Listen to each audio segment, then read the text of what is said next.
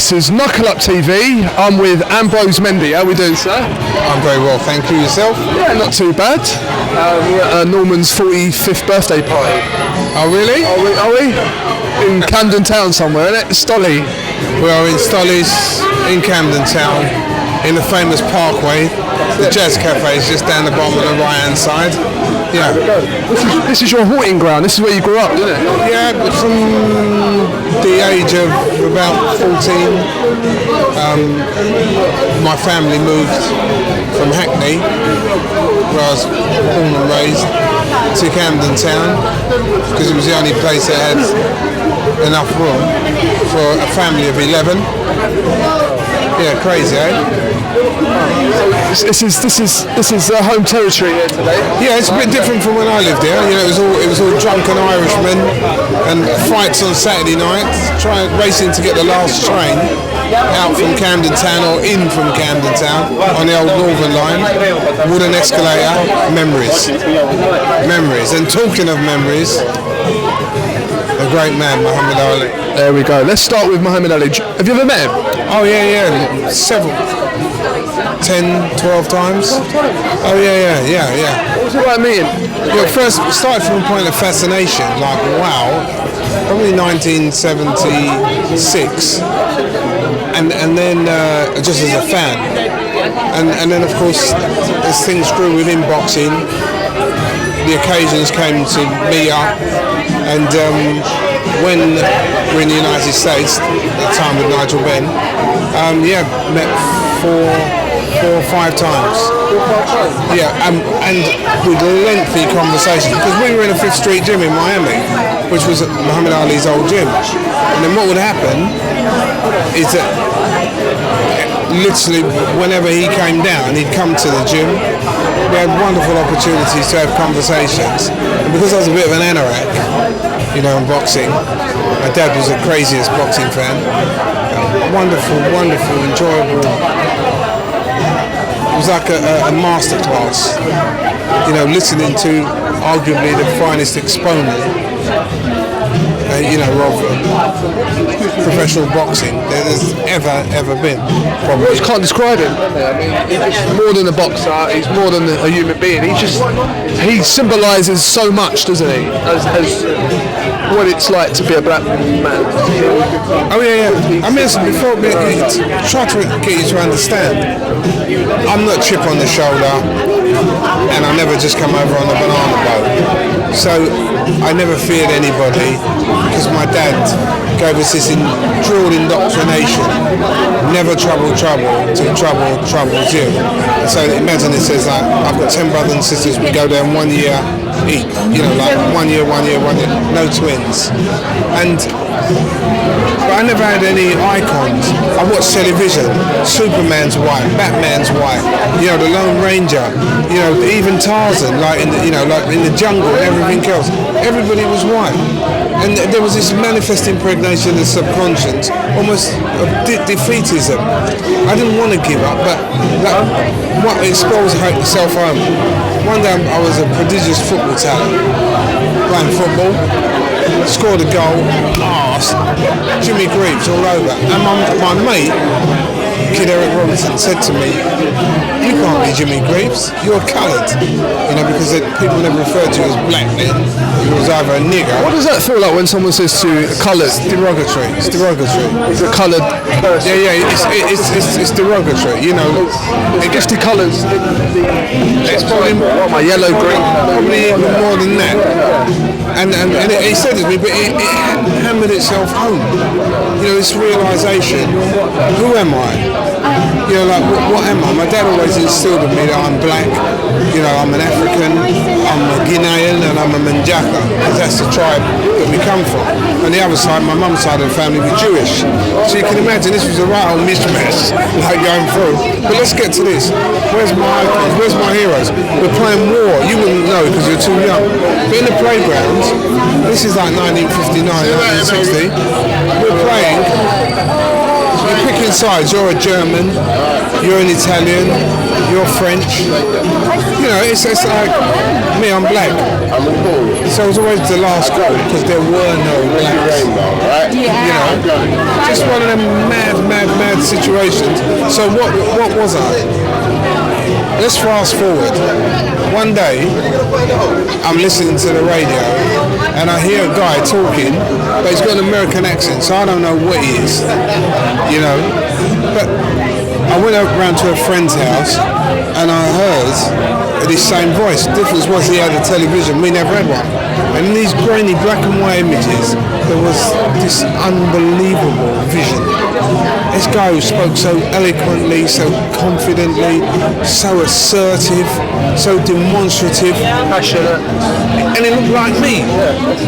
You know, he looked like me. So, you know, that was it. I was in the playground the next day at school, like, you know, Cassius.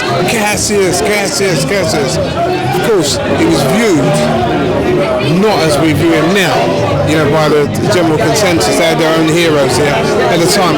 Regarded as the enemy. No, that's typical. That's typical what happens. When you give them an inch, that's what they turn into. That's what it was. It really was. And the only thing we had on television before them was the free chips on the PG Tips advert. You know, that was the closest thing to a I'm telling you, basically a characteristic of a monkey. Well, this is the view, you know, like, this is at a time where people are saying, you know, you walk around, people look at you, and I'm not saying everybody, but like, yeah, we're on these streets here now, you know, like, what does it matter? Nigger mind. You know, in numbers, and what do? You react with violence, you probably get your head caved in anyway. But coming to this point, here was a model of decorum. You know, somebody was not advocating, you know, violence. My dad always told me that the only cure for racism is violence. It's like cancer. You have to violate it. You know, you're wasting your time talking of the healing process. This is what you need to do. And of course, this is the time of the civil rights movement. You know, Jesse Jackson, Martin Luther King, but before that, Harry Belafonte. You know, it's just absolutely, I can't begin to tell you what a difference about. And, you know, if you close your eyes now, I sound as if I was born and bred an Englishman. So, repeating it, no chip on my shoulder. I grew up with great confidence. But, you know, this wanting to know who you are. I knew all about colonialism because my dad told me it. You know, when Europe colonised Africa and, you know, Togo and Chad, Benin, Niger, Mauritania, Mali, you know, as French colonies, and Gambia and Ghana, Nigeria, Uganda, Zambia, Tanzania, as British colonies. There was this whole indoctrination of, as I was saying earlier on, defeatism.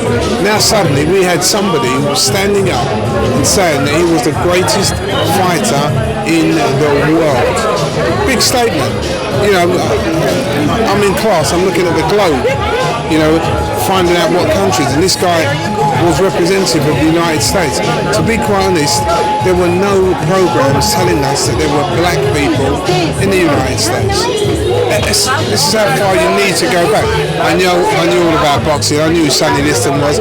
I knew who Floyd Patterson was. I knew Rocky Marciano was and Joe Louis. But just going, look, because my dad was a boxing madman, an absolute madman. And whenever we got the opportunity to see some image, you know, it was probably in a newspaper. You know, you've seen this Emerald Griffith defended his world title, and, you know, Sonny Liston beat Floyd Patterson. You know, there's this. So I kind of knew, but they were all quiet. None of them opened their mouths to speak. And here was a guy who was saying, you know, I'm so pretty, you know, like, Flow like a butterfly, sting like a bee. Rumble man rumble, you know, Bundini Brown, knowing that he had at his side, his chief cohort was this effervescent and ebullient Houdini Brown. Just so they were a duo, and of course the amazing Angelo Dundee, you know, who stuck with Muhammad Ali through thick and thin. And you know, don't believe moment that Muhammad was the easiest person to deal with. He deliberately was, Especially from his Italian background, Angelo Dundee. Oh yeah. So you can imagine what people were saying, hey, don't let the guy do this, don't let him do this. But all of a sudden, we as kids in school found that we had somebody that we could relate to. It put a spring in my step, you know, and it remains to this very day. We can stand out in the street now and talk for 3-4 hours. The film will run out before I get bored or even start to repeat myself. It changed my life completely. I never heard of, you know, even the Black Panthers, the Soledad brothers, you know, like Angela Davis, and the movement, you know, which they proposed violence as opposed to perhaps Martin Luther King, whose ethos was, you know, peaceful resolution and everything else. We saw what happened. He had to do it. A 22-year-old guy, champion of the world, stands up the next day and says, from now on I'll be known as Muhammad Ali. Could you try and get a 22-year-old today to do it? You know, you're talking about somebody's like One Direction. You know, it's incredible. People talk about, you know, what happened later on. Remember, we're following this trail. He cannot lose. He must not lose. Back on with Muhammad Ali, touching on the time that Ambrose, when you first met him, what was the aura? What kind of feeling was you feeling? What was you thinking? The experience that you had in the time that you met him, and what advice did he give you that left you after you met him that changed your life? Well, anyone who knows me knows that I'm quite a verbose person. So, but this is time for telling the truth. I went to Thomas & Becket Gymnasium on the Old Kent Road, and there in the ring was this guy, and this is an era where there were no mobile phones. In fact, we never even had a phone at home, never mind anything else. No mobile phones, there was no social media. This was just me knowing that, almost in a panic, what can I do or what can I say that will make my classmates, in fact even my mates in my road, believe that I have met Muhammad Ali. You know, and then all of a sudden I heard this float like a butterfly, sting like a bee, rumble, man, rumble. And it was like, I'd heard this so many times, it was on there, so I was dumbstruck. I couldn't, and so now he came over to say, hey, you know, you a boxing fan? And like a muppet, You couldn't say anything. I could not say anything. How old is you? The first time 76. It was This is when I was a kid at school. Kid at school, right? Okay. So this would have been about 1967. About 1967. In fact, I tell you when it was. It was just before. No, he came over here to fight Brian London. He came here to fight at old school. He fought Henry Cooper 2 months before, and now he was fighting Brian London. So obviously he was there to train. I couldn't speak. It was just like, this is just incredible. It's just unbelievable. I think I was about 12. Have you ever been in anyone's presence that has touched you like Muhammad Ali has? I mean, boxers, other influential people. Yeah, twice I've addressed the OAU, the Organisation of African Unity, when there were 51 country memberships, to speak on the importance of countries investing in sport, because one sporting icon is worth 100 diplomatic missions. So getting up and speaking was fantastic. I've been fortunate. I've met Nelson Mandela on 2-3 occasions. What was that like? Ask the lads from the Peacock Gym about one of the occasions. Tony and mine, they'll give you a lot of stories. It's funny. It was amazing. But this was not. When Muhammad Ali came to England to fight Henry Cooper, the first fight, I was too young. There was no chance. For the second fight, you know, like myself and two of my mates bunked off of school. The only time I ever skipped school to go down to watch this guy, and it's just miraculous. It was just unbelievable. He was doing things. So if you ask me, the first time I ever got on a train on my own, this is what it was, and I never paid. In case you're asking, it was just we never had the money, so just jumping on a bus, jumping on a train. How big was you at that time? What I'm saying to you now, we have stars in sport that are massive. Yeah, we can look at someone like in 100-meter sprint, Usain Bolt. Yeah. In music, Jay-Z. Yeah. In boxing now would be a Golovkin. He's not really saying much in boxing, or Mayweather. Yes, okay, Mayweather. Okay, Mayweather. But then if you got Jay-Z, you got Usain Bolt, and you got Mayweather, put them all together, you might have 10% of what Muhammad Ali's effect was. People, they hated him. They hated him. They hate everybody here, though, don't they? Black bastard. You know, get on there, go and do him, do the walk, do that. But then, of course, these are the same people, and this is why I say there was always hope. These same people with their guttural references were the first people to turn around and acknowledge, you know, what he'd done. We understood more in this country what it meant to send your children off to war, because they never came back. They were just killed. People talk about the Battle of the Somme, which is largely ignored now. You know, 68,000 people died, I think, in about the first 2 hours. It's just unbelievable. And yet they've been marching proudly out there, towns and villages and everything else. So on here, it's a big wound. You know, hang on one second, this guy is saying he ain't going to argue with no Viet Cong. Why are people going in there? What people today, they're reading and looking back and reflecting with smiles and warm hearts. One of the things that people think have long forgotten is that Muhammad Ali wanted to join the US Army, but he failed the aptitude test.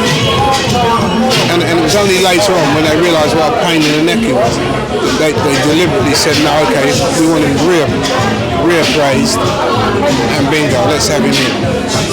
And of course, he put up this phenomenal resistance to sacrifice everything that you own, your integrity. You know, here he is, a man, he has a wife, he's got kids to look after, and even then the most recognisable face on the planet. And a testimony to his enduring greatness is that he wasn't the most famous face on the planet for a year or 2 years. It was forever. And as long as you live and I live, as far as I'm concerned, he's still alive. Oh yeah, never got alive. Yeah, because there is. Talking about him now. Talking about him tomorrow, next year, 10 years from now, 100 years from now, he will live on. Yeah. Absolutely. You tend to get bigger when you die for some reason, don't you? A lot of people like to talk about you when you're away. So he will tenfold. He'll grow in tenfold. Yeah. So he's massive now, but he's my generation, next generation after that, and a generation after that. So we have nobody today you could compare to Muhammad Ali.